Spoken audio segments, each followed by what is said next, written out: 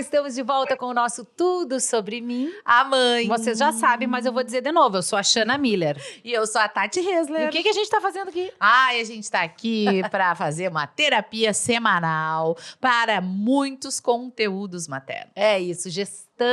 Assim como geramos vidas, geramos também aqui conteúdos para falar sobre maternidade, para transformar a nossa sociedade num lugar mais acolhedor para as mulheres, para as famílias, para as mães, para os filhos, para falar também sobre educação. Lembrando, para quem está chegando agora, chegou nesse conteúdo, tem muito mais no nosso canal. Basta acessar o Tudo Sobre Mim, a mãe, em todas as plataformas a gente está disponível, seja de vídeo, de áudio, também no nosso Instagram. E o Instagram tá cada dia melhor, gente. Muito conteúdo. Ela Lá faz. você vai... Viu? Tá aí, já fez a minha publicidade.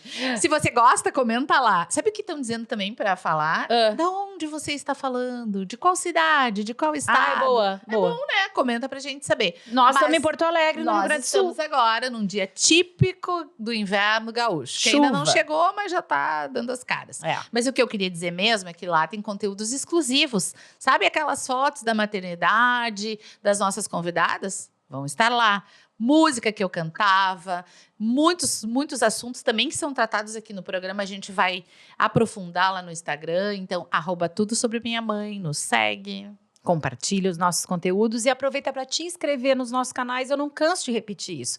Quando você se inscreve, aciona uma sinetinha e todas essas coisas modernas aí que a gurizada fala, né? Os teus filhos devem falar bastante sobre isso. A gente faz o nosso conteúdo chegar a mais lugares. E isso que é importante para que a gente possa compartilhar os nossos conteúdos maternos. Cada episódio desta temporada, 4ª temporada, já estamos no 4º episódio, tem uma temática. Já falamos sobre o conflito geracional na criação de filhos, falamos sobre a nova formação familiar, né, com 2 mães, falamos sobre fertilização in vitro e todos os desafios desse processo, e hoje a nossa pauta é educação. Muito séria, muito pertinente. Essa convidada já estava na nossa lista, no nosso radar, já tinha inclusive aceitado estar aqui conosco. Mas como ela mesmo diz, o universo se encarrega e a hora é agora. Porque esse momento que a gente está vivendo é justamente para entender como lidar, principalmente com a relação crianças e telas, adolescentes e as redes sociais, adolescentes e os aplicativos de conversação, coisas que a gente vem descobrindo e hoje a gente vai revelar para vocês. Mundo paralelo que é o mundo virtual, no qual muito mais vivem os nossos filhos e nós mesmos no nosso dia a dia do que o mundo real. Então fica com a gente, está começando mais um episódio.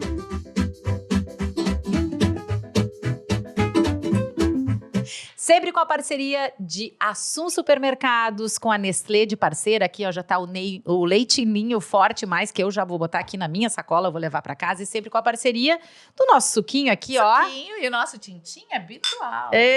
Suco de uva Aliança. Não precisa nem fazer, vou tomar um golinho para molhar a palavra. Da Cooperativa Aliança, saudável, integral, sem açúcar, em várias versões. Um beijo aos nossos parceiros que fazem possível esse espaço onde a gente discute sobre maternidade. E hoje, então, com essa convidada que vem falar pra gente. Ela é uma expert em educação, Tati. Ela é especialista na relação família-escola e é uma influenciadora do bem. Digital também, né?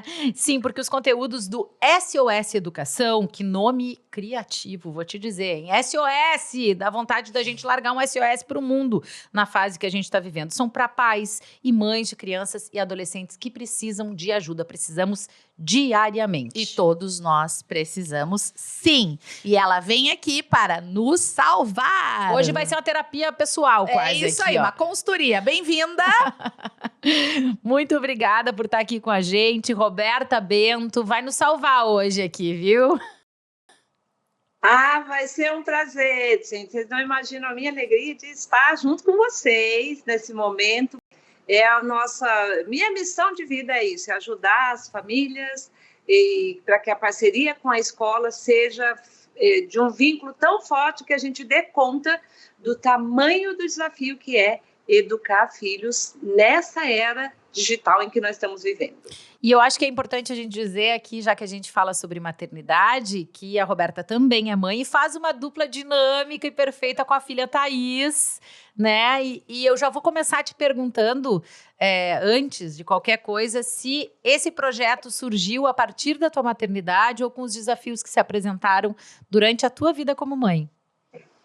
Então, sabe que é assim, tem a ver com a minha maternidade, porque foi a minha filha, a Thaís, que começou um trabalho, que a ideia era ser uma outra coisa. Ela ia visitar as famílias, fazer tipo um super nene da educação e oferecer ajuda para ajustes ali que ajudam para que os filhos consigam se relacionar melhor com os estudos. E ela me pedia socorro, porque ela tinha recém terminado a faculdade de pedagogia e ela via que sempre eu tive na família e nos amigos pessoas que me pediam ajuda. Então ela me ligava. Na época que ela começou esse trabalho, eu trabalhava com integração da tecnologia na educação. Eu trabalhei 18 anos nessa área. E eu viajava muito pelo mundo. Aqui atrás de mim estão as canecas Pois de eu ia perguntar. todos os lugares do mundo onde eu já fui buscar inspiração, fazer parcerias para melhorar a educação do nosso país. Então ela me ligava e falava, olha, a situação da família é tal, é um adolescente que não quer estudar, ou é uma criança que não está conseguindo aprender a ler e escrever. E eu fazia sugestões. E ela mesma conta isso, que ela punha em prática e funcionava, parecia mágica. Então, ela teve uma ideia de me convidar para trabalhar com ela. Que incrível. E foi assim que eu estava há 18 anos numa empresa de integração de tecnologia na educação, como vice-presidente, uma carreira que foi bem difícil de ser construída. Eu fui lá e pedi demissão. E fui trabalhar junto com ela, apesar das pessoas acharem que eu estava ficando maluca de abandonar uma carreira que eu tinha construído ao longo de 18 anos. Mas, de uma certa maneira, então, a maternidade sim te transformou, né? Porque foi uma relação mãe e filha que construiu esse novo momento da tua vida. Então, a maternidade me transformou e transformou a minha vida de maneiras muito surpreendentes, que eu falo que quando a gente pensa que sabe todas as respostas, vem a vida e muda as perguntas, né? Então, assim, realmente, quando a Thaís nasceu, eu achei que era a realização do grande sonho da minha vida, que era a maternidade. Mas eu falo que, conforme o tempo foi passando, eu descobri que era muito mais que isso. Eu não sabia, mas eu estava dando luz e amamentando a minha sócia, que um dia, né, eu falo que seria um dia minha chefe, porque às vezes eu viro para ela e falo, posso, chefe? Porque eu falo muito, e ela costuma falar, chefe, já falou muito.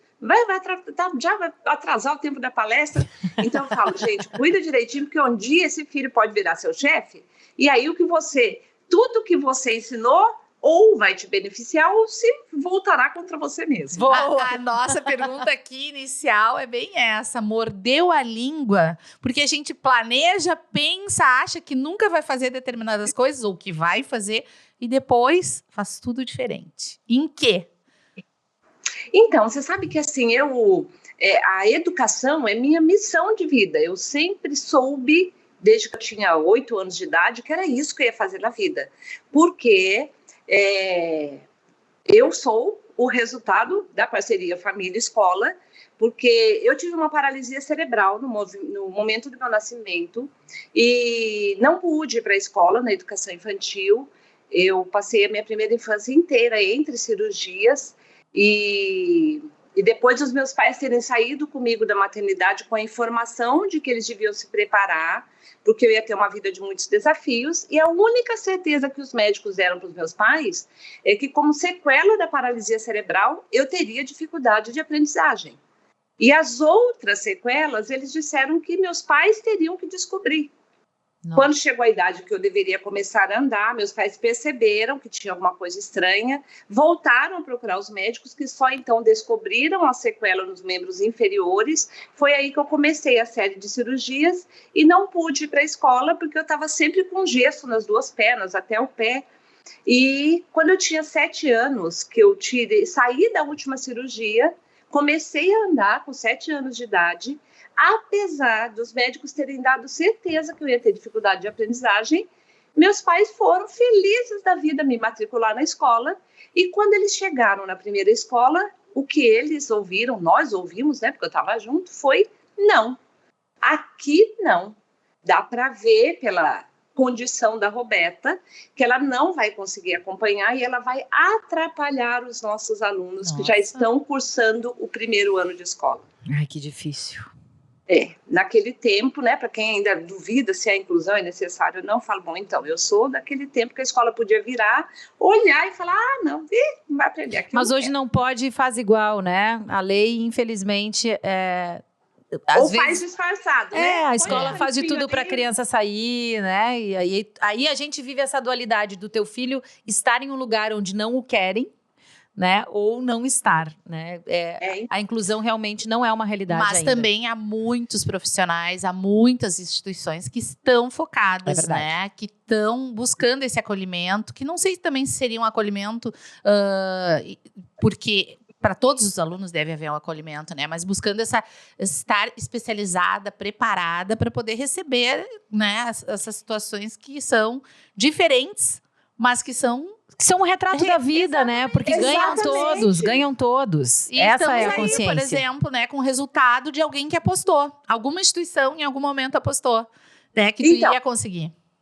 Meus pais saíram dessa escola, eu falo que felizmente eles não desistiram de mim. Eles foram para casa e ajustaram a fala, foram procurar uma outra escola na qual eles pediram a oportunidade de eu frequentar. E eles prometeram que eles seriam parceiros e que iam junto com a escola descobrir os caminhos ali para que eu conseguisse aprender. Foi mais ou menos um pacto de, tá bom, a gente não sabe como, mas vamos descobrir juntos aqui. Essa segunda escola me aceitou e duas coisas aconteceram. A primeira foi que eu me apaixonei pela escola. Gente, eu amava ir para aula. Eu tinha fisioterapia, tinha consulta médica com muita frequência e quando coincidia com o horário da aula, eu chorava enquanto eu não via lá no relógio grandão que tinha na parede, que acabou a aula e quando não estava perdendo mais nada, eu chorava. E hoje eu conto isso, meus sobrinhos, minhas sobrinhas netas falam assim, tia, eu choro para não ir na aula e minha mãe não deixa. O vô e a avó deixavam você faltar e você chorava. Pois de tanto que eu amava ir para a escola. Isso foi a primeira coisa. A segunda foi que eu assim, em pouco tempo, eu me encontrei ali, eu amava aquele ambiente, eu conseguia fazer tanta coisa que eu não imaginava. Então, eu me prometi para mim mesma que assim, o que eu fosse fazer na vida depois de adulta seria na área de educação, porque eu queria devolver para a escola aquela oportunidade que ela estava me dando. Então, eu descobri muito cedo que eu queria ir para a área de educação. Mas eu tive mais uma sorte, que embora a escola não soubesse ainda que um dia existiria lei de inclusão, que existiriam estudos, estratégias técnicas para isso, esses professores e essa equipe de gestão, de fato, me incluíram.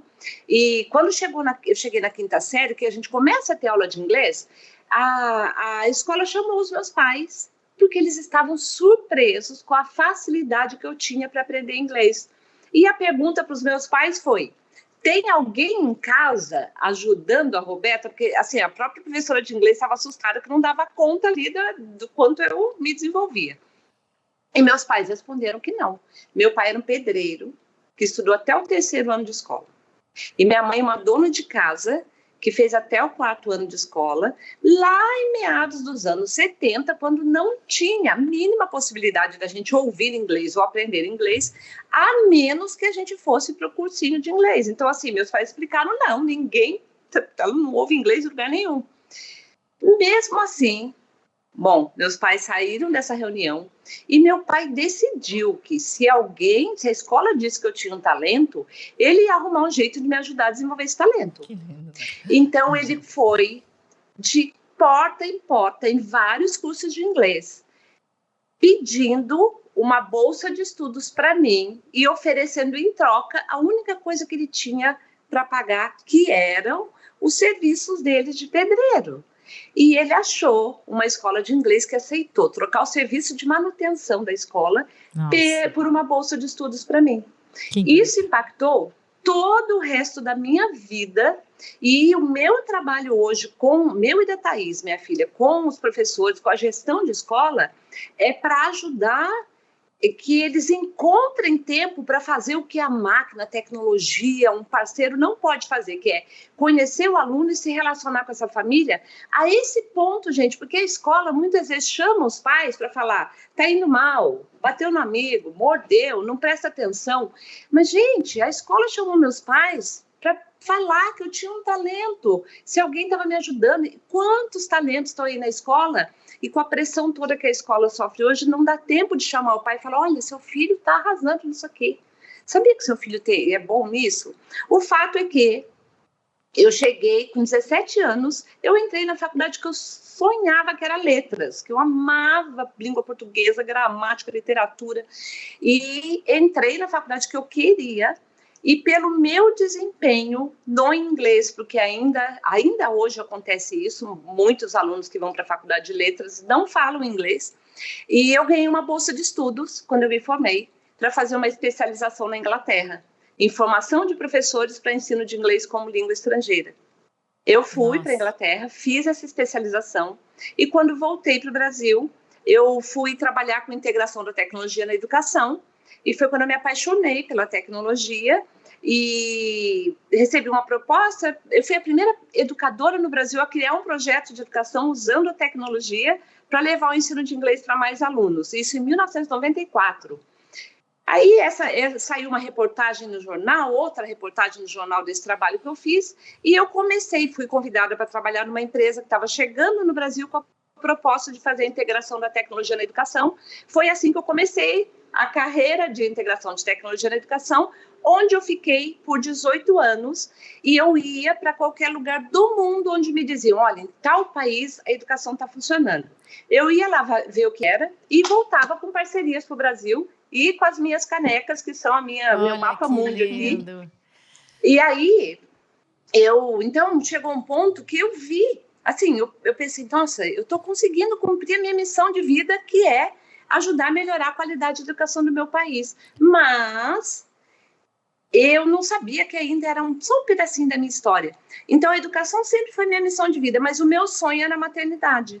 E quando chegou a hora que eu pensei, agora está na hora de realizar o meu sonho, de novo eu me deparei com várias pessoas, a medicina me dizendo, olha, pelas sequelas que você tem da paralisia, você não consegue levar uma gestação até o final. E eu fiquei um tempo bem balançada com isso, até que um dia eu pensei que aquela mulher de 20 e poucos anos, para quem de novo o mundo estava falando, não, você não pode, você não consegue, era a mesma pessoa que um dia foi uma criança para quem disseram, não vai andar, não vai ouvir, não vai falar, não vai aprender. E eu tinha conseguido superar tudo isso, então eu decidi que eu ia tentar realizar meu sonho da maternidade. E foi um desafio muito grande, do 6º mês em diante, foi repouso absoluto, todo mês tendo que decidir se eu antecipava a cesariana para minimizar o meu risco de vida, ou se eu ia um mês adiante para minimizar o risco de vida do bebê, até que no dia 30 de junho de 1989, a Thaís, que é a realização do meu sonho da maternidade, nasceu, e que eu até então não imaginava que ela seria muito mais que isso, ela seria a minha possibilidade de juntar a minha missão da maternidade com o meu sonho da educação. Nossa, olha... Que história de superação, eu tô gente. chorando Não, aqui, gente, é incrível. É tanta informação, é tanta superação, né, que realmente faz com que a gente pense, meu Deus, como que eu ainda acho que certas coisas são tão difíceis. Esse pai, essa mãe, né, quando tu fala sobre a troca do trabalho, a gente sabe como é difícil, né? Manter nossos filhos num bom ensino, proporcionar a eles tudo. É fruto do nosso trabalho. Eu acho que a grande lição também da Roberta, e que ela teve dos pais e da escola que apostou nela, e depois que ela teve com a filha, é olhar sempre pelo olhar da capacidade e não pelo olhar da deficiência, né? Eu acho isso. O dia que a nossa sociedade se der conta disso, eu tenho repetido isso em várias situações em que tenho me envolvido, principalmente falei para a Roberta em off aqui, vocês que nos acompanham sabem, pela questão do transtorno do espectro autista do Francisco, que a gente foi criado numa sociedade que a gente tem a mania de olhar para as pessoas pelas suas incapacidades, quando na verdade todos temos capacidades, cada um tem as suas. Se todos os meios ambientes fossem preparados para receber a todos, ninguém teria dificuldade de chegar a um determinado lugar, né? Então, assim... É isso, Xana, é exatamente isso. E você sabe que eu tenho certeza de que o Francisco vai trazer muitas surpresas boas para você, porque o que aconteceu quando a Thaís me convidou para trabalhar com ela, na verdade foi assim, ao longo da infância dela, da Thaís, eu estava nesse trabalho de integração de tecnologia na educação, que eu viajava muito. Então, todo mês de janeiro e julho, quando ela estava de férias da escola, a partir dos 13, 14 anos, eu comecei a levá-la comigo para os cursos que eu fazia fora do Brasil, para as faculdades, para as escolas que eu visitava. E então ela começou a me acompanhar, ir vendo educação pelo mundo todo. E aí isso, óbvio, que teve um certo impacto que, né, para depois de um tempo ela perceber que ela queria ir para a área de educação. Mas quando ela me convidou para trabalhar com ela, eu pedi demissão, assim, abri mão, se o mínimo remorso da carreira que eu tinha construído, dos privilégios que eu tinha conquistado depois de 18 anos, para começar do zero o SOS Educação junto com ela. Só que eu falei para ela que antes de começarmos a trabalhar juntas, eu queria buscar respostas sobre o que teria me ajudado a superar os desafios que eu enfrentei. E nós fomos juntas para os Estados Unidos estudar a neurociência cognitiva em diversas universidades americanas. E foi lá, durante os cursos que nós fizemos, que eu descobri que eu sou a prova viva de uma das descobertas mais recentes da neurociência, que é a neuroplasticidade. A capacidade do cérebro se reestruturar, se recompor, em qualquer fase da vida, especialmente ao longo da infância e da adolescência.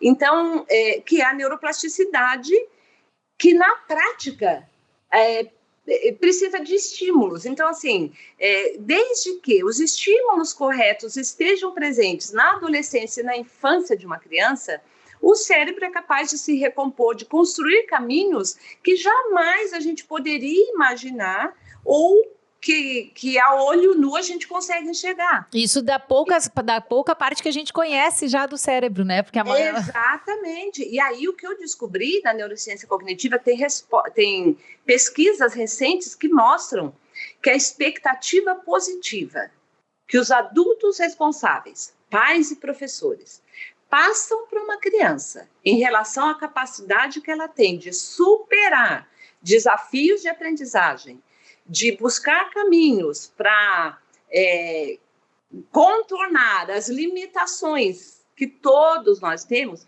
essa expectativa positiva dos pais e dos professores tem um impacto tão grande que chega a modificar o cérebro, inclusive fisicamente. O meu cérebro construiu rotas alternativas contornando a área onde eu tenho a lesão, por conta da forma como meus pais me estimulavam, me diziam que eu era capaz e me deixavam tentar. Eu falo que a diferença é, você falar para o seu filho, eu sei que você é inteligente, mas não deixa ele tentar sozinho, ele nunca vai descobrir, não vai criar as conexões para ajudá-lo a descobrir e alcançar o potencial máximo que ele tem.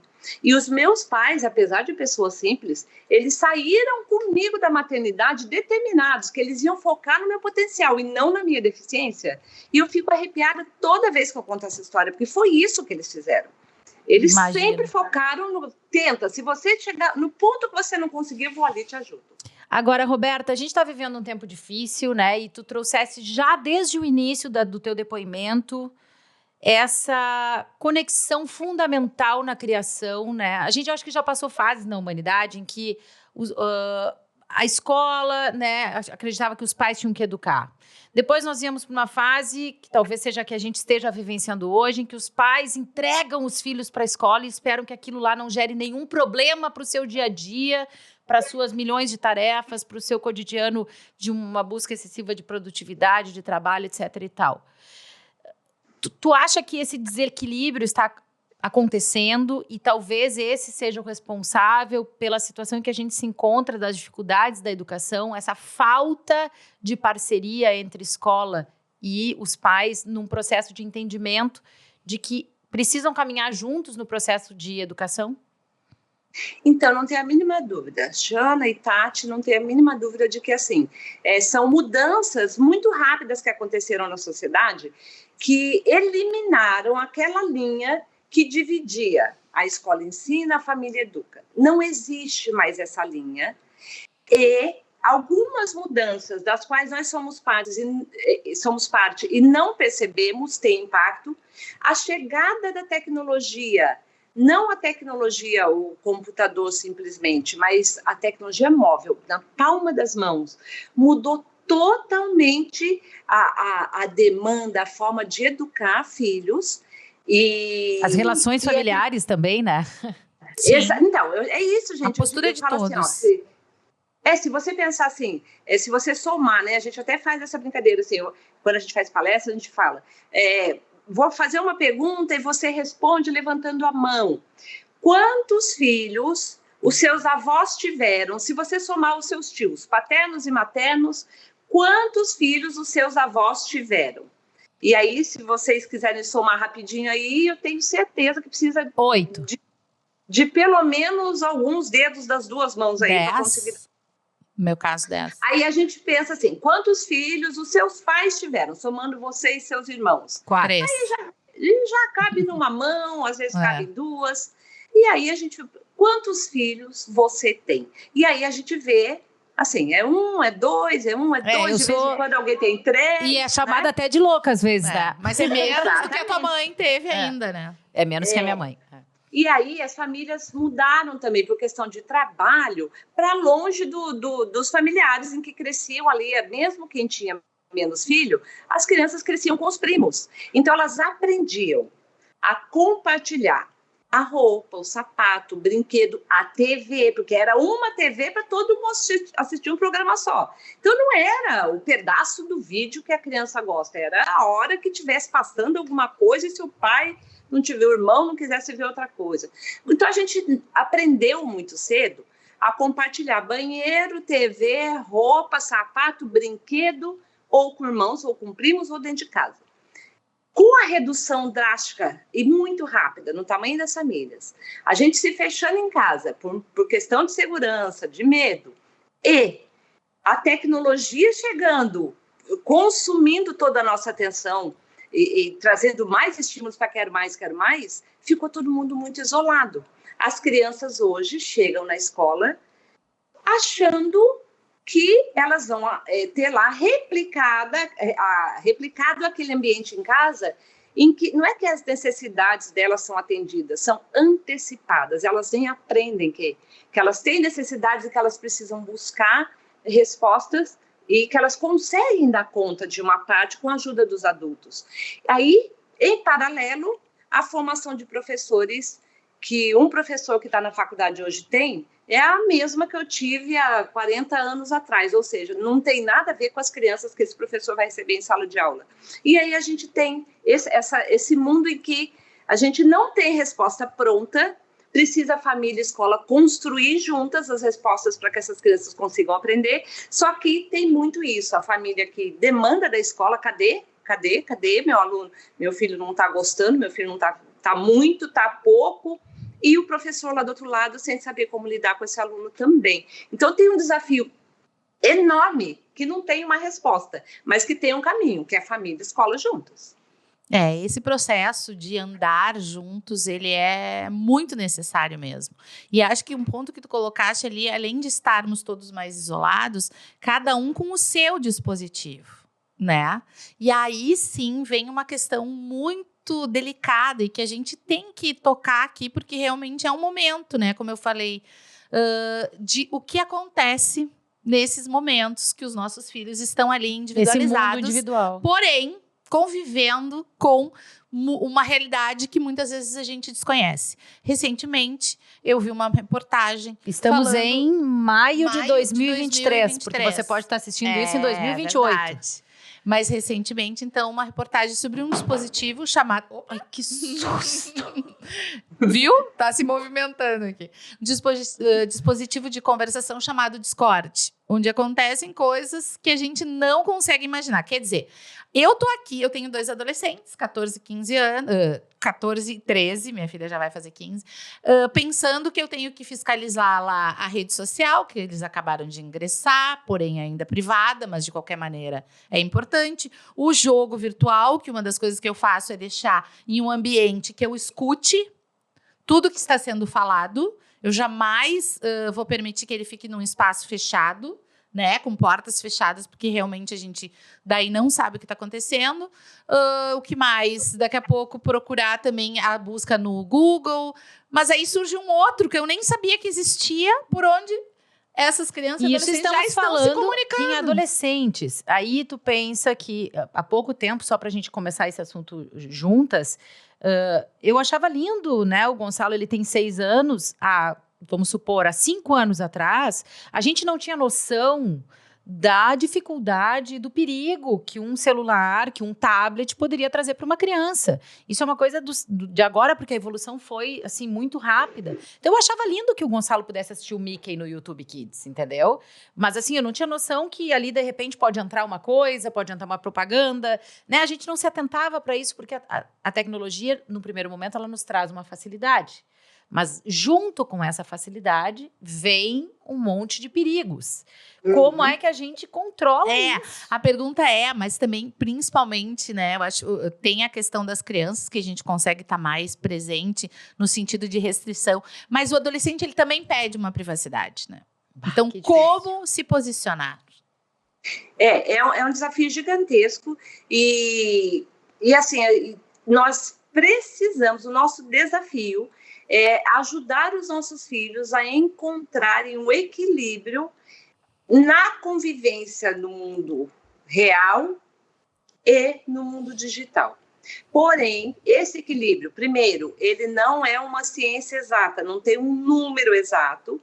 E segundo, ele é uma conquista, ele é uma construção que demanda esforço da família, que demanda muita parceria com a escola e que, em muitos momentos, os pais vão precisar aceitar ou aprender a conviver com o filho que fica bravo, que fica chateado, que reclama, que fala, olha, não estou gostando, eu preferia estar na tela em vez de estar aqui jantando e conversando com vocês. Eu te odeio. Exatamente. Não vai ter um ponto de equilíbrio que a gente consiga chegar se a gente não abrir mão de querer ver os filhos 100% do tempo parecendo felizes, porque um adolescente ou uma criança que parece feliz porque está ali super envolvido na tela, é uma criança ou um adolescente que vai ter depressão, vai ter baixa autoestima, vai ter dificuldade de relacionamento, vai ter milhões de problemas na convivência no mundo real. Então, encontrar esse equilíbrio é fundamental, porque tirar as telas da vida deles, a gente também não pode, porque eles vão ter o resto da vida linkada ao mundo da tecnologia. Então, o jeito é, desde pequena, a gente ajudar para ter equilíbrio. E esse equilíbrio passa por frustrações dos filhos. E aí entra o ponto que a gente fala que é muito importante, que é um equilíbrio da saúde mental e emocional e na autoestima dos pais, que é para eles darem conta do desafio que é educar filhos na era da tecnologia. E, ao mesmo tempo, na era da alta produtividade, porque, assim, vamos falar aqui das nossas vidas, né? Eu tenho 3 crianças. Agora, há pouco, tirei completamente, enfim, a tela, podemos falar sobre isso mais à frente, de um dos meus filhos, porque, assim, ele não sabia lidar com frustração nenhuma, né? Porque a tela só diz sim. Muda de desenho, não quero mais ver esse, não preciso dividir atenção com ninguém, não preciso responder para ninguém. Eu ia falar com ele, não tinha condições. Então, enfim, teve algumas questões na escola, cortei a tela em totalidade, né? Até como uma restrição realmente punitiva nesse momento. Tá certo ou tá errado, foi o que eu fiz. Mas o que eu acho é que nós, pais, e eu me incluo nisso, né? Nós usamos o celular como um recurso de descanso para nós. Nós entregamos um celular na mão de um filho para o filho não incomodar. sem pensar nas consequências a longo prazo que isso pode ter. Talvez agora a gente esteja começando a pensar sobre isso. É por isso que quando tu colocas ali que realmente vai ter que saber lidar com esses momentos de desgosto, digamos assim, né? Porque é tão difícil aceitar essa frustração, ver que os filhos estão te achando a chata, achando que a regra da casa não é legal, porque é só aqui em casa. Né? Eu sempre ouço isso, mas é só aqui em casa que eu tenho que dormir tal horário, é só aqui em casa. É aqui em casa. E é todos os dias uma repetição, tem que colocar uma energia. E alguém me disse assim, quanto mais eu coloco energia, menos eu despendo ao longo do tempo. Então, assim, se realmente, é isso que eu queria te perguntar também. Se realmente tu para aquele momento, como a Xana daqui a pouco colocou agora um limite, deve estar tendo as consequências. Óbvio. Não mas tem como. é o momento, aquele é o momento de botar o limite. Mas e como lidar daí com essa birra, com essa forma, assim, às vezes, de não conseguir se frustrar, né? E tornar, muitas vezes, o ambiente familiar um ambiente difícil, né? De convívio conflituoso. Exatamente, que é no ponto em que muita mãe, muitos pais voltam e falam, quer saber, para terminar a noite com briga, com esse estresse, é melhor a gente terminar em paz e deixar ele com a tela. Só que quanto maior o conflito, quando você tira a tela, mais essa criança, esse adolescente está precisando ficar sem tela, porque se está muito difícil é porque o momento já está chegando naquele ponto do vício, porque está comprovado cientificamente que a área do cérebro de uma criança, um adolescente, que é ativada no momento em que ele assiste um vídeo que ele adora, que ele recebe uma curtida, uma resposta no chat de mensagens ali, um ponto no videogame, é exatamente a mesma área do cérebro do fumante, da pessoa que tem alcoolismo, que tem qualquer tipo de vício, que essa área que é acionada. Quando você tem acesso àquele fator que te gerou vício, é exatamente a área do cérebro que é ativada quando você está já numa relação de vício com a tela. Ou seja, a criança ou adolescente não tem como tomar uma decisão de agora em diante eu vou desligar porque eu preciso dormir, ou eu tenho que fazer lição, ou eu quero conversar com a minha família. Não tem, essa decisão, esse poder é nosso, do adulto.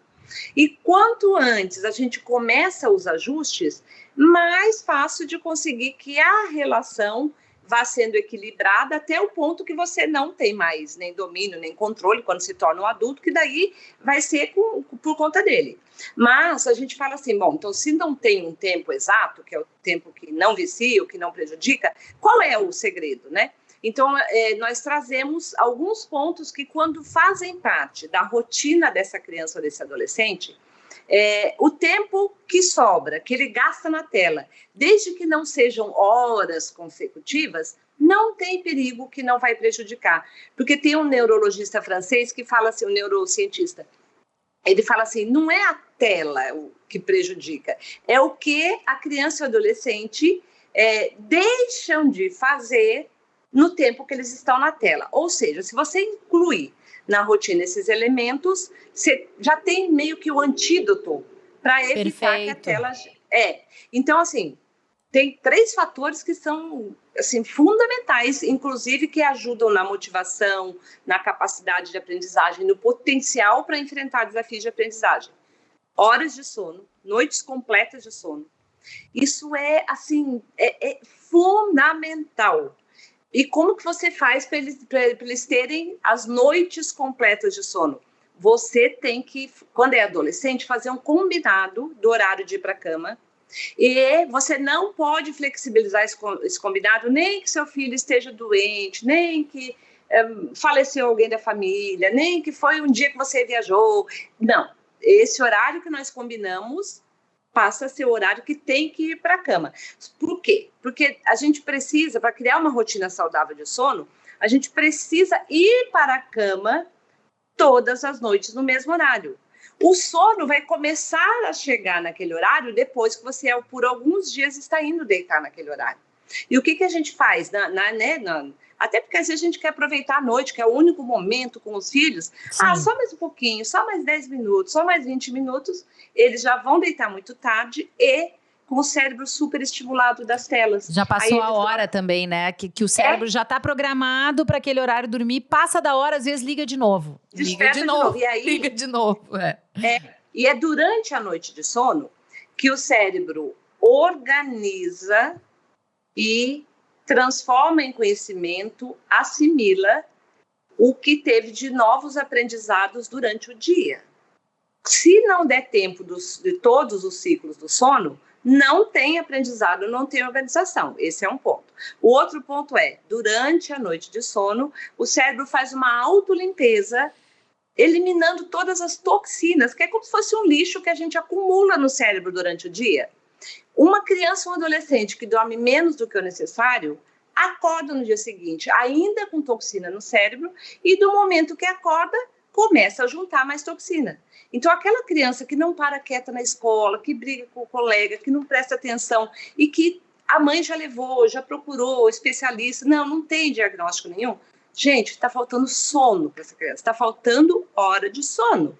E é um fator em que a escola não tem como ajudar. Isso precisa ser a família.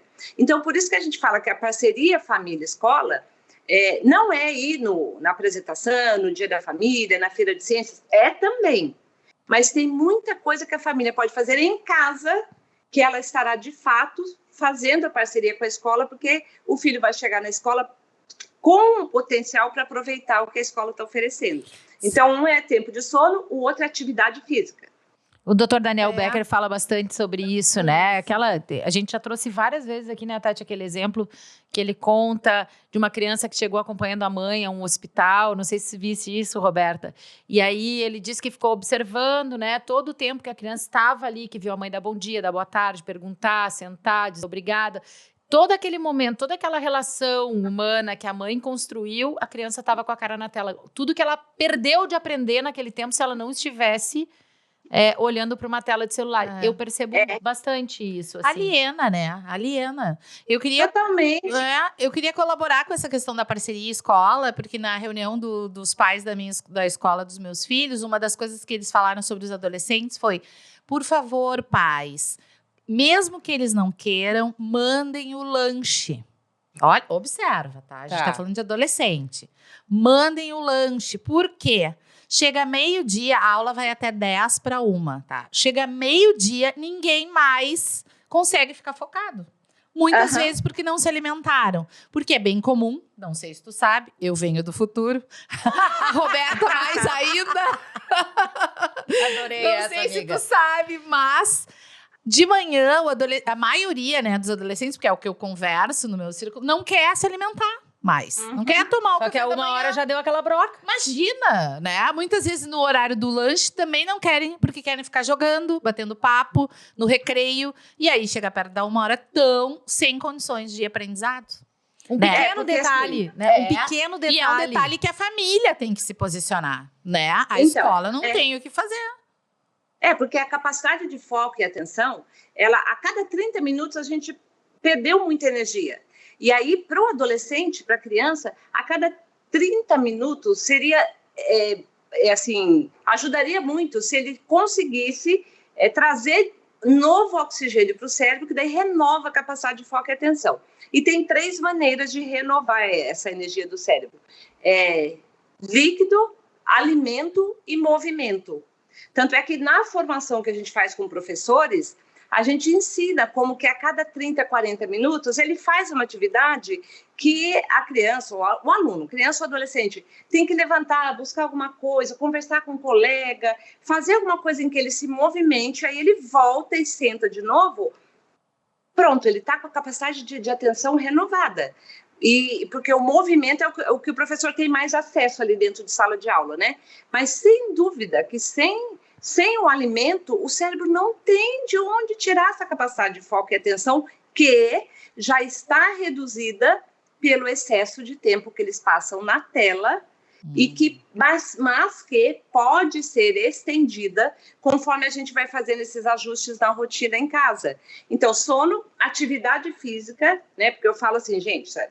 A gente contar para os nossos filhos, a gente ia a pé para a escola, a gente jogava taco na rua, a gente chegava a levantar do sofá para ligar e desligar a TV, né? Parece uma Pra coisa atender o telefone que ficava num lugar específico da casa. É verdade. Exatamente. Pra mexer na antena lá fora, pra poder sintonizar um canal, né? Isso, eu não ficava na janela gritando, agora pegou o certo. Pra esquerda, pra direita. Essa era ótima, essa aí era ótima. Mais pro lado, não.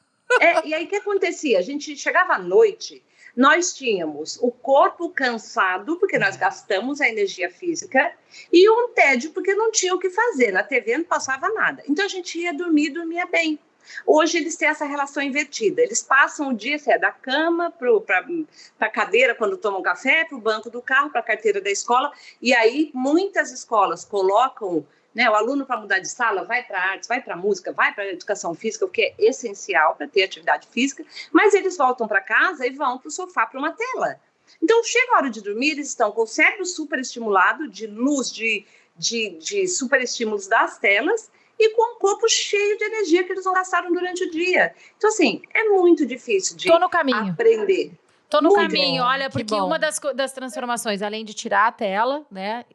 A ideia é voltar, mas voltar com uma televisão onde todos compartilhem o momento, que era uma coisa que a gente tinha em casa. Vai brigar, porque um vai querer ver uma coisa, outro vai querer ver outra, mas vamos achar um denominador comum. O sono, isso foi uma coisa que me chamou muito a atenção do Gonçalo. Como ele é o filho mais velho, né? A gente vai lidando com as demandas dos menores, então deixava ele ficar acordado até mais tarde para ter um tempo com ele. E eu percebi que isso fazia com que ele acordasse mais tarde, aí ele acordava quase na hora de ir para a escola, chegava na escola com toda a energia possível.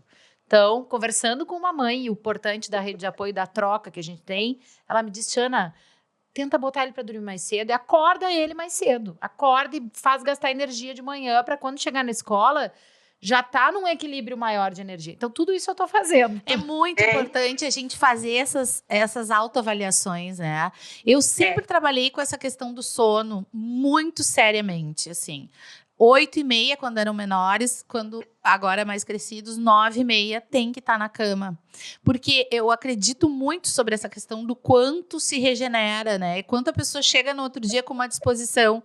E a gente quando vê pela já tá gente, no né? cansaço, é aquela coisa chata, a relação já não tem mais o que de produtivo, né? E eu mesma digo, olha, mãe depois de certo horário não vai ser legal. Eu não vou ser uma pessoa legal, então vamos dormir para que todos descansem. Quando a minha filha chega, ela treina e diz assim, me pediram para dobrar o treino. Todas as tardes, das 2 às 8, eu achei demais. Mas depois fiquei pensando, é muito melhor estar no treino, estar treinando, do que estar em casa na tela. Agora, então, realmente, né, o exercício, porque já dizia nosso filósofo, Raul Seixas, não pense que a cabeça aguenta se você parar. Ah, é verdade. O movimento Agora, assim, a gente vive também um tempo, e a gente conversou também aqui já sobre isso, até no episódio lá com a mãe, eu às vezes brinco com a expressão ditadura da infância, né? Porque a gente vive tudo... Nós viemos filhos de uma geração em que as crianças não tinham, e os adolescentes não tinham voz para nada, não tinham as suas vontades respeitadas, o que também às vezes era uma violência, né? Uma forma de violência, assim, de entender personalidades, de entender prioridades. Mas passamos para o outro extremo, né? Onde as crianças dominam desde a playlist do carro até a alimentação da casa, a programação da família. Como é que a gente encontra esse equilíbrio, se é que tu pode nos dar alguma dica? Porque assim, a gente não pode ficar brava, né? Tu estava aí falando, a gente tem que, né, aguentar a criança quando ele vai fazer a birra ali, vai acontecer, porque não há nenhuma restrição sem reclamação, né? Não tem como. Melhor é o prazer sempre, mas o prazer não significa felicidade sempre, né? Não significa que aquele é o caminho correto. Como é que a gente encontra esse equilíbrio entre conversar de uma maneira calma com o filho e, ao mesmo tempo, não perder essa responsabilidade de cuidador, porque essa decisão é nossa, né? Mesmo que seja algo que ele não queira. Uma autoridade, né? Então, sabe o que é a questão? A gente precisa falar menos, porque a gente quer muito explicar em um nível que eles não têm capacidade cerebral de entender, porque o cérebro só fica com a parte da razão pronta lá 23, 25 anos de idade. Até então, é a parte emocional que está ali comandando. Então, não tem uma explicação lógica para o seu filho de porque, assim, no futuro, para você vai ser melhor e eu estou fazendo para o seu bem, senão o seu cérebro vai ficar... Eles nem escutam e ouvem isso como um desafio de assim, minha mãe está querendo que eu convença ela. E aí, se a gente entrar na disputa, eles vão sempre ganhar, porque, gente, a gente vai chegar a um ponto e vai falar, quer saber, pega lá, porque eu não vou fazer o quê? Vou gritar? Vou... Então, qual que é o segredo?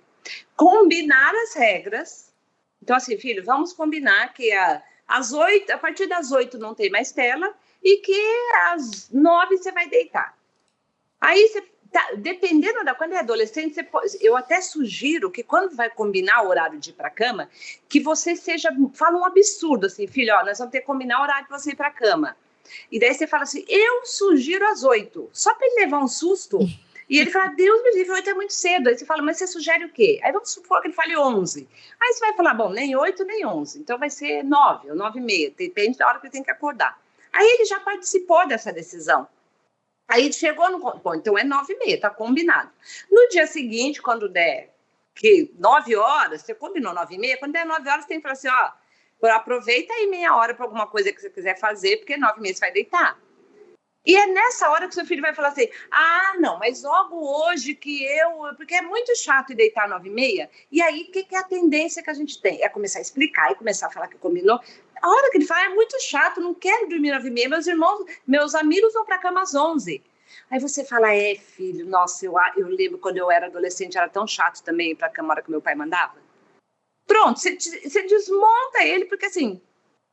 Você se humaniza, você também é humano. E tirou dele a necessidade de brigar, porque ele acabou de ver que você entendeu. Então, e meus amigos vão para a cama mais tarde, eu também queria ir. Nossa, filho, eu te entendo. Aí deve ser chato mesmo, né? Então aproveita essa meia hora. Brabo é a gente lembrar de fazer isso. Ótimo. Brabo é a gente lembrar. É isso. Tu falaste na rede assim, falar demais, ameaçar demais e ficar brava demais. Eu achei muito interessante. Mas a gente vem da ameaça. Nós viemos da educação da ameaça. Então, se tu não dormir às 9h30, papapá. Quando a gente fala demais, a gente fica cansado, a gente instiga a briga, a gente se cansa a um ponto que chega uma hora que você começa a gritar, você fica tão brava que depois te dá remorso, porque nada dá mais remorso a gente depois do que olhar o filho dormindo, ou você sair para trabalhar e falar, meu Deus, por que eu... né? Então, se você não deixa chegar no ponto da briga e reconhece, você vai ter só que ser mais persistente com ele, assim como ele se mantém insistindo, você se mantém reconhecendo e não mudando a regra. Então, assim, vai ter hora que você vai falar assim, nossa, filho, realmente é muito chato, né? Ele vai falar, então eu posso ir mais tarde? Não, aí 9h30 mesmo, mas eu entendo que é chato. Mas aí quando você reconhece, diminui, e quando a gente ameaça, briga, o que a gente faz? A gente fica com tanto remorso depois, que daí a gente pendula e fica permissiva no dia seguinte para tentar... A gente quer que eles desculpem, mas a gente está procurando desculpa para a gente mesmo. Daí a gente fica assim, deixa ele ficar na tela hoje. Ontem eu exagerei tanto, né? Só hoje, vai dormir mais tarde. Mas o que é um dia?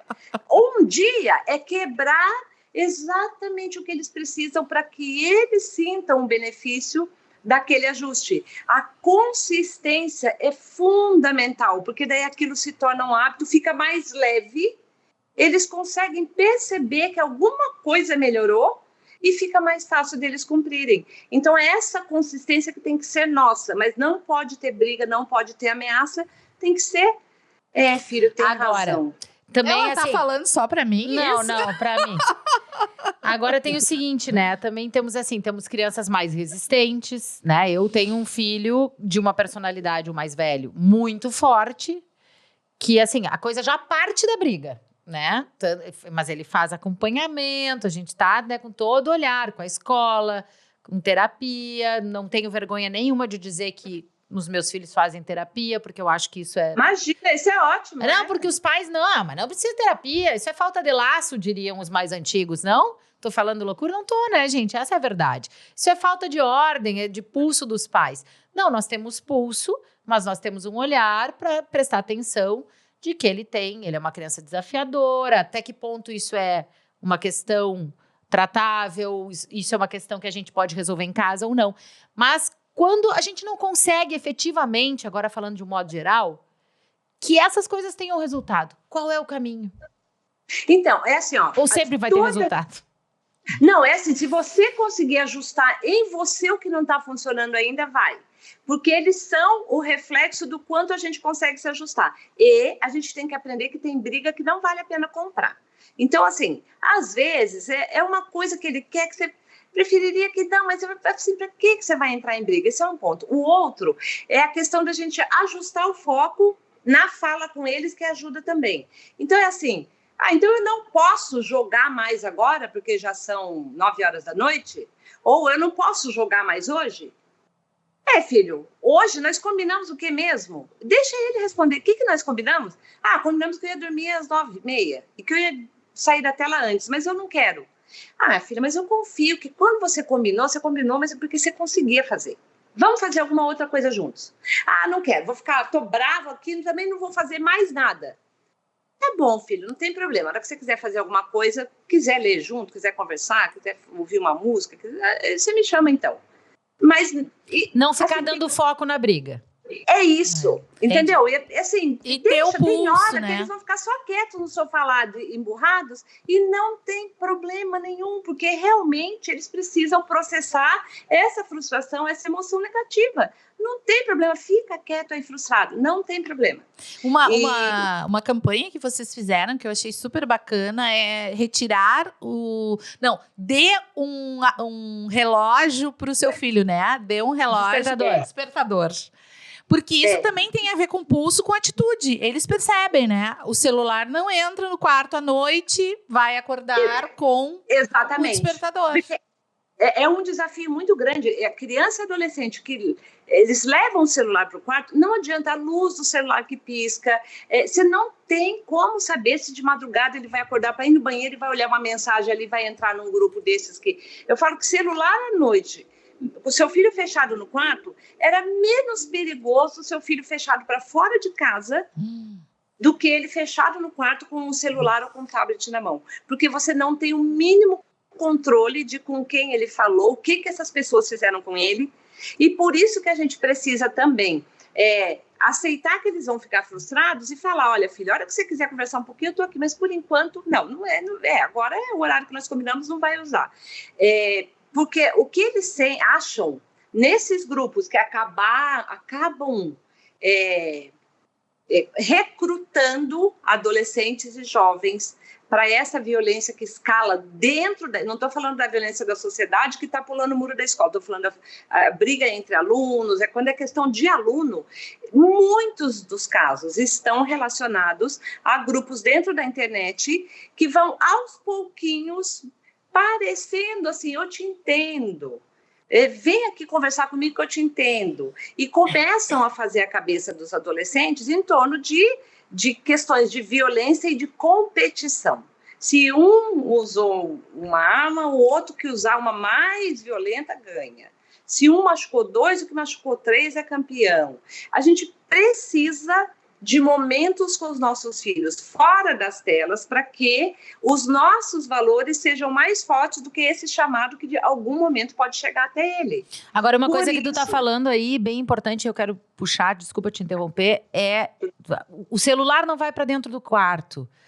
A gente repete várias vezes, educação é exemplo. O quanto nós estamos dando... Eu já ouvi dos meus filhos, mãe, sai do celular. Inúmeras vezes.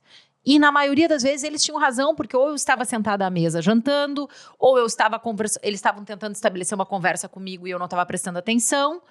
Então, assim, o quanto a gente, para encontrar essa transformação dentro de casa com os filhos e proporcionar esse diálogo, essa oportunidade de acessá-los, né? Seja na fase que estejam, o quanto a gente vai ter que se reeducar de novo também.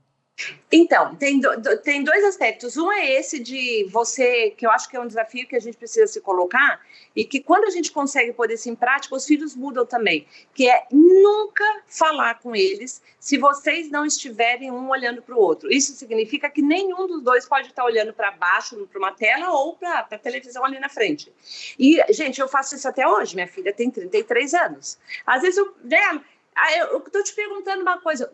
Enquanto você não estiver olhando para mim, eu não respondo. Ah, mas eu estou terminando de responder uma mensagem que não faz mal, eu espero. Aí, tá olhando? Agora eu respondo. E logo isso se torna um hábito para eles também, de só falar com a gente olhando para a gente. E onde estão dois ambientes, dois momentos que são fundamentais e que ajudam nisso? A mesa das refeições, que deveria ser um espaço sagrado, onde não entra a tela, nem que no começo todo mundo coma de cara feia. Com o tempo, a gente vai aprender a estabelecer conversas, os filhos vão sentir o tempo que leva para comer, para servir, porque quando a gente fica no celular, a gente perde noção de tempo. É por isso Nem que vê o tudo que tá eles comendo. acham chato. Se você liga o celular, às vezes uma outra pessoa está dirigindo, você vai olhar só uma coisinha, você leva um susto enorme. Como que eu vim parar aqui? Isso eles vivem no dia a dia em todos os lugares. Então, dentro do carro e na mesa das refeições, não pode tela. Significa que não pode tecnologia? Não, significa que não pode tela. Então, por exemplo, fazer uma playlist da família, que tem uma música que o pai gosta, uma música que a mãe gosta, uma música que o vô gosta, uma música que o irmão Faz gosta. isso, né, Tati? Eu faço. Tu tá falando, Roberto, tá vindo muitas coisas assim pra mim, porque efetivamente, eu já comentei aqui no programa na Sim. outra temporada, que uma das coisas que eu comecei a fazer é isso. Cada vez que um filho meu me chama, eu viro o celular. Não interessa o que eu esteja fazendo, com quem eu esteja falando. Eu me dei conta há muito pouco tempo mesmo. Mas percebi a importância de estar realmente olhando nos olhos. Eu tenho um filho bem agitado também, com uma dinâmica diferente. E eu tive que usar, inclusive, uma fala, assim, vamos conversar. Que isso tá disparando um gatilho super positivo de, tipo, agora É a hora. eu vou ter uma interação, né? A coisa do carro também, já falei aqui.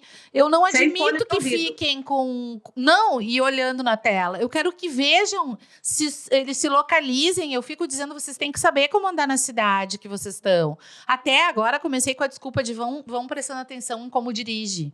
Claro que ainda falta um tempão, né? A gente pode fazer uma Mas- cartilha dicas e atividades para fazer dentro do carro, hein? Fica a dica, SOS Educação. Importante. Porque eu já terminei as minhas brincadeiras. A cor do carro, o que tá vendo daquela cor, já, né? Então, placa. mas, Oxana, sabe o que é outro ponto que a gente acaba, assim, a nossa energia acaba antes do processo deles assimilarem o processo, por isso. Porque a gente pega pra gente a responsabilidade de, então, eu preciso ocupá-los o tempo todo para que eles não queiram a tela. Não. Você precisa se manter bem, então ter tempo para você fazer uma caminhada, fazer sua atividade, ter um momento de paz, para a hora que você estiver com eles, você não desistir. Então, dentro do carro, chega uma hora que eles começam, mas não tenho o que fazer, porque eu quero... Sim. Gente, então não tem o que fazer? Vamos fazer ideia juntos. Não tem nada para fazer. Então, tá bom. Então, agora nós vamos... E todo mundo vai fazer nada. Não tem problema. Não tem problema ficar sem fazer nada. E aí, eles vão começar a ter ideias criativas. Mas não precisa, que essa é uma pressão que a gente se coloca hoje em dia. Como eu ocupo meu filho no momento que ele não estiver na tela? E está comprovado que as crianças e adolescentes de hoje têm uma habilidade que nós precisamos ensinar para elas, que é como relaxar, como descansar. Porque eles pensam que descansar é pegar a tela e ficar ali parado no lugar. Que é o que a rodando gente faz. E isso não é Pois descansar. Isso não é descansar, porque o cérebro fica super estimulado. E, inclusive, esse é um dos motivos porque eles não conseguem prestar atenção na aula, se focar na hora de fazer uma lição de casa ou estudar.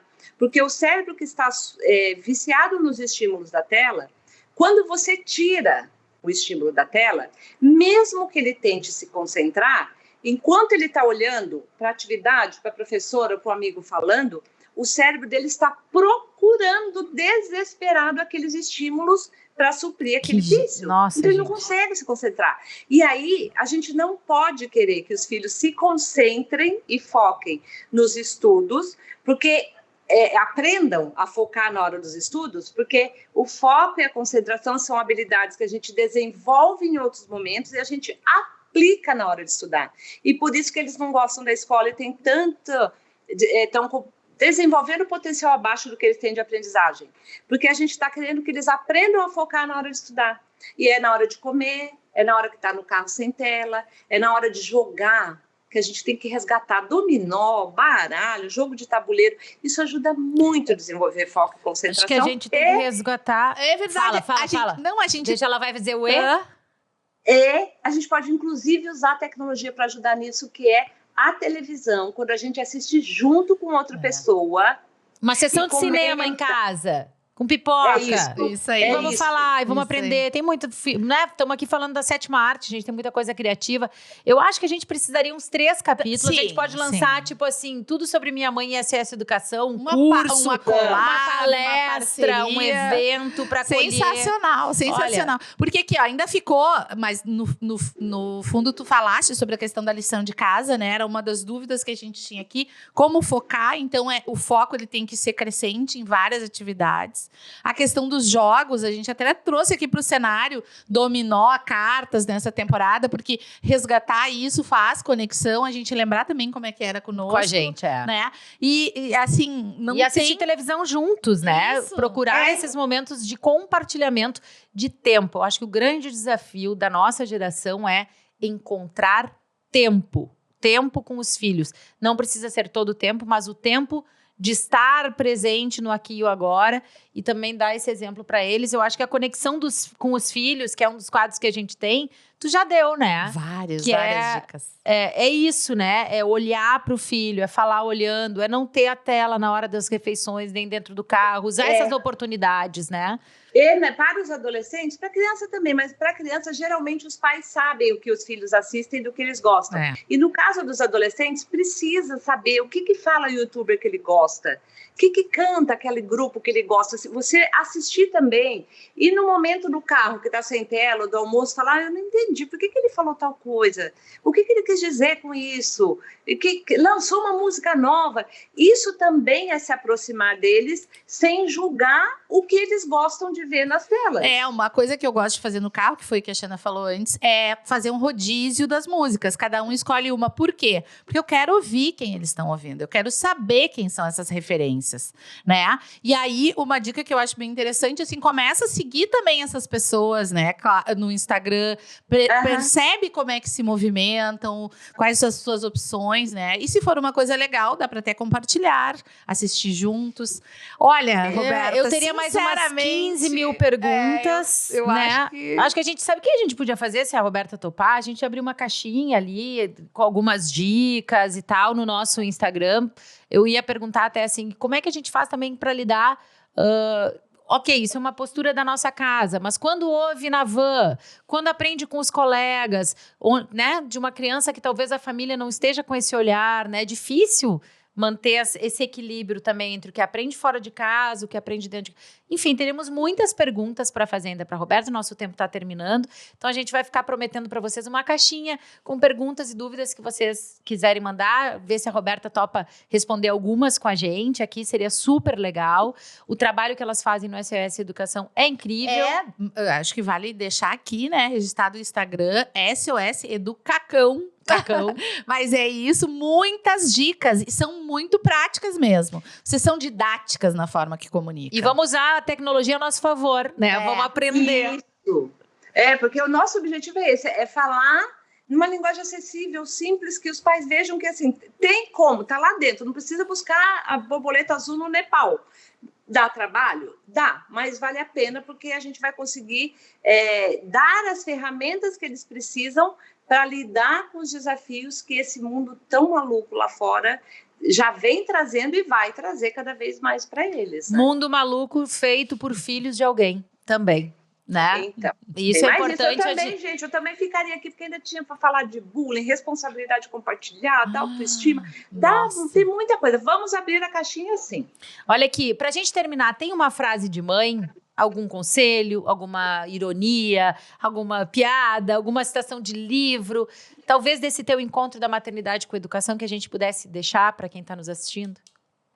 Então, sabe que eu sempre também posto lá no SOS, que somos eu e a Thaís juntas, né? Quando ela está em casa, Porque eu moro em São José dos Campos, ela mora em São Paulo. Ela foi aos 17 anos fazer faculdade em São Paulo e ficou hoje, ela tem 33. E eu moro em São José dos Campos. Então, às vezes que as mães estão muito assim, ai, mas é muita coisa, eu não dou conta e tal. Eu falo assim, gente, ó, vai chegar um momento que você vai ter saudade do tênis jogado no meio da sala, da bagunça, porque até hoje, ela com 33 anos, quando ela vem, que às vezes a gente grava aqui, quando ela vem, eu adoro ver alguma coisa no meio da sala, alguma coisa que ela deixou meio bagunçada, mas ela sabe que eu sou a louca da organização, então ela sabe que ela deixa, eu até às vezes gravo e falo, gente, hoje está me dando prazer ver esse tênis jogado na sala. Mas assim, tudo passa. Então a gente precisa aproveitar cada etapa da vida deles, porque cada etapa é uma etapa diferente. E nunca a gente vai achar que terminou o trabalho. Nunca a gente vai achar que terminou o trabalho. Mas os desafios que eles enfrentarem hoje serão o alicerce para ajudá-los a superar os desafios que virão e que beijo de mãe não cura mais. É esse o dilema, ou a dor, o momento que eu vivo hoje por exemplo, a minha filha se separou depois de 3 anos de casado e foi muito difícil. Foi muito difícil. E não tinha beijinho de mãe que curasse. A minha companhia ajudou? Ajudou. Mas eu tenho certeza que o que ajudou a superar os desafios que ela enfrentou nessa fase, que foi junto com a minha separação depois de 30 anos com o pai dela, que foi muito difícil, a energia para ela superar veio de desafios que eu proporcionei que ela enfrentasse, porque eu sabia que eu precisava preparar minha filha para o mundo. Então, essa frustração de, agora eu não quero tê-la, mas não pode tê-la, mas eu queria, não quero ir para a cama, mas queria, que eles ficam chateados, isso se torna, feito com amor, você reconhecendo, se torna a base para eles enfrentarem desafios que são deles e não nossos. Ai, que lindo. Muito obrigada, Roberto. Olha, incrível ter a tua participação aqui nesse momento tão importante que a gente... Bom, todos os momentos são importantes quando a gente fala sobre criação de filhos, sobre maternidade, paternidade, parentalidade. Mas no momento atual, né, desse ano de 2023 que a gente está vivendo e que a gente precisa, de fato, ter um olhar como sociedade de um modo geral, né? Temos projeto de lei tramitando aí de regulação de internet, que a gente tem que parar, ler, se informar, desenvolver uma opinião crítica sobre isso, porque isso afeta diretamente as nossas vidas, as vidas dos nossos filhos, do futuro que, de fato, a gente quer construir nesse mundo para eles. Muito obrigada pela tua participação aqui com a gente. E obrigada por compartilhar, né, por vocês compartilharem esse conhecimento, pelo exemplo da parceria, da superação, né, que a tua história é linda, é inspiradora. Muito obrigada mesmo. E vamos manter esse contato, porque tem muito assunto pela frente ainda. Vamos, obrigada. Parabéns pelo podcast de vocês. Eu adoro, escuto no carro para lá e para cá. E vocês estão de parabéns e ajudando, né, a gente a construir aí esse mundo melhor, que a gente vai deixar para os nossos filhos cuidarem de nós aí lá na nossa velhice. Então, tudo que a gente fizer hoje, a gente vai colher ali na frente. Então, que seja com muito carinho pelos filhos, porque isso vai voltar para a gente, não tem a mínima dúvida. Um beijo. Obrigada. Sem verdades absolutas e com desafios constantes. Assim é a maternidade, assim é esse espaço aqui do Tudo Sobre Minha Mãe, onde a gente busca o diálogo para entender de que forma a gente pode estar se comportando de forma melhor. Verdade. Obrigada, amiga, viu? Hoje foi um aprendizado, Roberta, obrigada. Obrigada a vocês que nos assistem, nos ouvem, aos nossos parceiros, Assum Supermercados, com a Nestlé. Qual é que é? Que tu vai levar? Ninho Eu vou, Forte tu Mais. vai querer dar um ninho para os teus É sabor, é aprendizado, é confiança, é saúde em forma de alimento. Fibra, ferro, zinco, vitaminas A, C e D, e E, e cálcio e muito mais. Então tá aqui comigo, tô levando embora nesse leninho que vocês encontram no Assum Supermercados e também, o brinde final. Suco de uva Aliança Integral, maravilhoso. Tchau, Beijinho, gente. Obrigada pela companhia. Beijo.